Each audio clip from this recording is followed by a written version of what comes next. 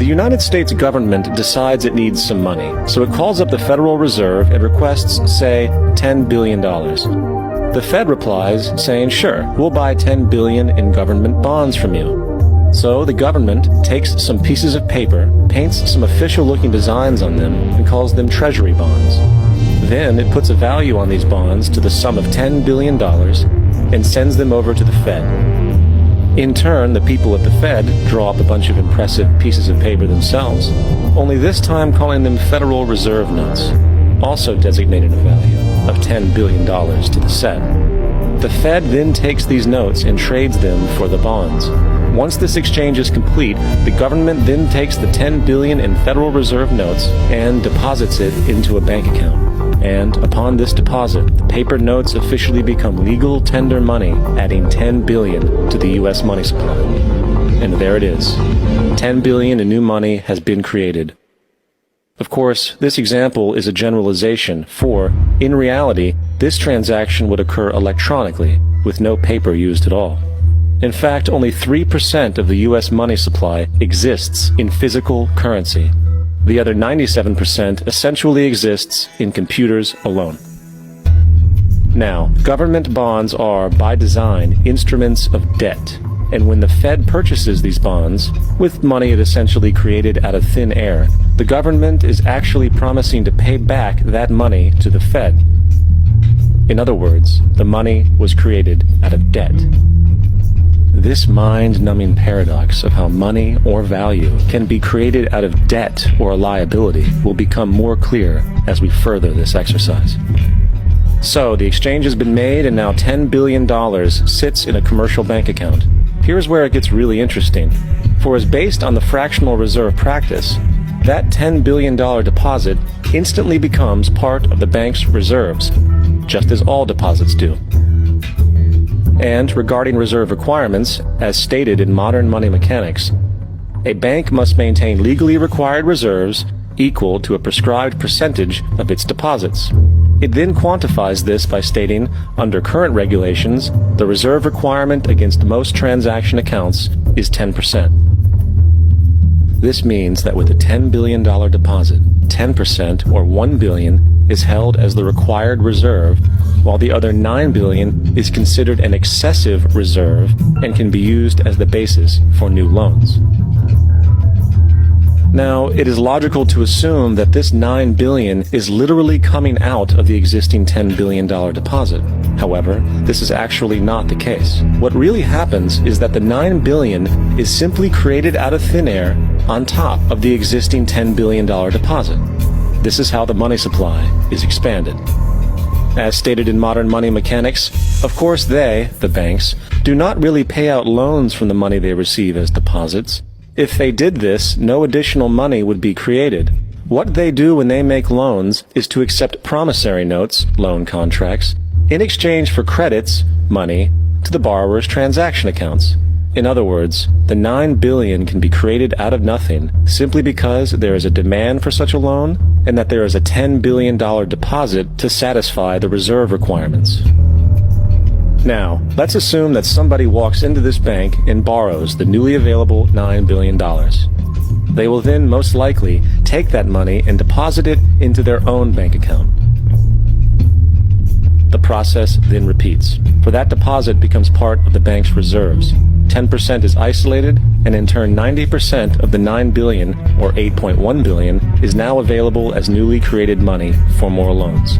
And of course, that 8.1 can be loaned out and redeposited, creating an additional 7.2 billion to 6.5 billion to 5.9 billion, etc. This deposit money creation loan cycle can technically go on to infinity. The average mathematical result is that about $90 billion can be created on top of the original $10 billion. In other words, for every deposit that ever occurs in the banking system, about 9 times that amount can be created out of thin air. Money jitters? Ask the obliging Bank of America for a jar of soothing instant money, M-O-N-E-Y, in the form of a convenient personal loan. So, now that we understand how money is created by this fractional reserve banking system, a logical yet elusive question might come to mind. What is actually giving this newly created money value? The answer? The money that already exists. The new money essentially steals value from the existing money supply. For the total pool of money is being increased irrespective to demand for goods and services. And as supply and demand finds equilibrium, prices rise, diminishing the purchasing power of each individual dollar. This is generally referred to as inflation, and inflation is essentially a hidden tax on the public. What is the advice that you generally get? And that is inflate the currency. They don't say debase the currency. They don't say devalue the currency. They don't say cheat the people who are saved. They say lower the interest rates. The real deception is when we distort the value of money. When we create money out of thin air, we have no savings, yet there's so-called capital. So my question boils down to this. How in the world can we expect to solve the problems of inflation? That is, the increase in the supply of money with more inflation. Of course, it can't. The fractional reserve system of monetary expansion is inherently inflationary. For the act of expanding the money supply without there being a proportional expansion of goods and services in the economy will always debase a currency. In fact, a quick glance at the historical values of the US dollar versus the money supply reflects this point definitively, for the inverse relationship is obvious. $1 in 1913 required $21.60 in 2007 to match value. That is a 96% devaluation since the Federal Reserve came into existence. Now, if this reality of inherent and perpetual inflation seems absurd and economically self-defeating, hold that thought, for absurdity is an understatement in regard to how our financial system really operates. For in our financial system, money is debt, and debt is money. Here is a chart of the U.S. money supply from 1950 to 2006. Here is a chart of the U.S. national debt for the same period. How interesting it is that the trends are virtually the same. For the more money there is, the more debt there is. The more debt there is, the more money there is. To put it a different way, every single dollar in your wallet is owed to somebody by somebody. For remember, the only way the money can come into existence is from loans. Therefore, if everyone in the country were able to pay off all debts, including the government, there would not be $1 in circulation.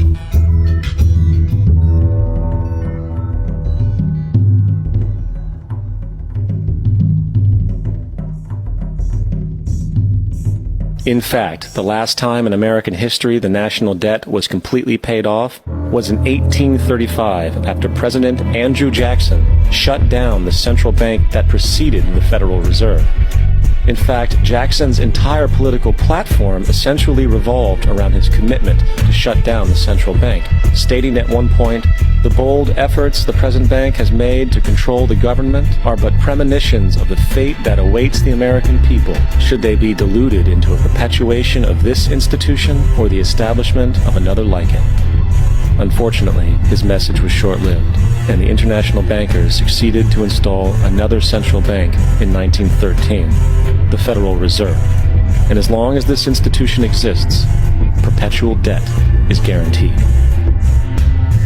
Now, so far we have discussed the reality that money is created out of debt through loans. These loans are based on a bank's reserves, and reserves are derived from deposits. And through this fractional reserve system, any one deposit can create 9 times its original value, in turn debasing the existing money supply, raising prices in society.